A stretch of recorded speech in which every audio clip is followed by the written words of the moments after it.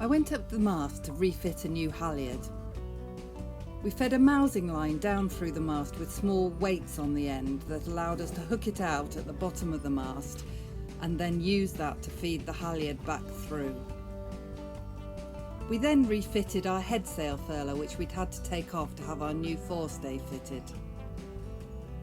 We did an awful lot of shopping, lots of tins and pasta and supplies for the Pacific and beyond, and watched a crazy woodpecker make holes in people's radar reflectors.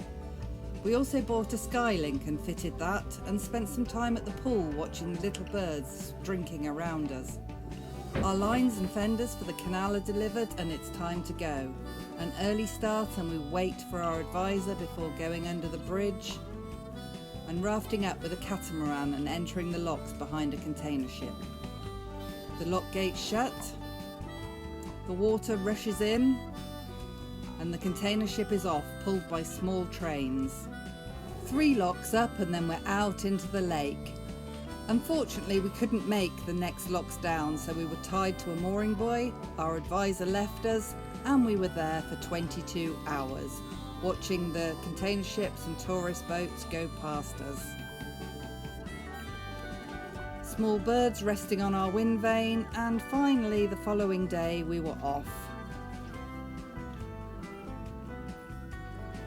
Towards the cut where we met up with our new lock buddy, and finally we're into the locks, tied up securely by the viewing gallery with a container ship behind us.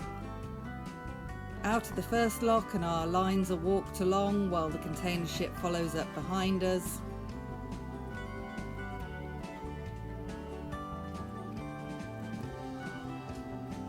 And we're out into the Pacific. We say goodbye to our lock neighbours and we're off towards Balboa Port and the Bridge of Americas. Seeing the pelicans on the mooring buoys. We say goodbye to our second advisor and then goodbye to our lines, fenders and 2 of our line handlers before we head on to Panama City, to Flamenco Marina, where we make our final preparations for our Pacific crossing.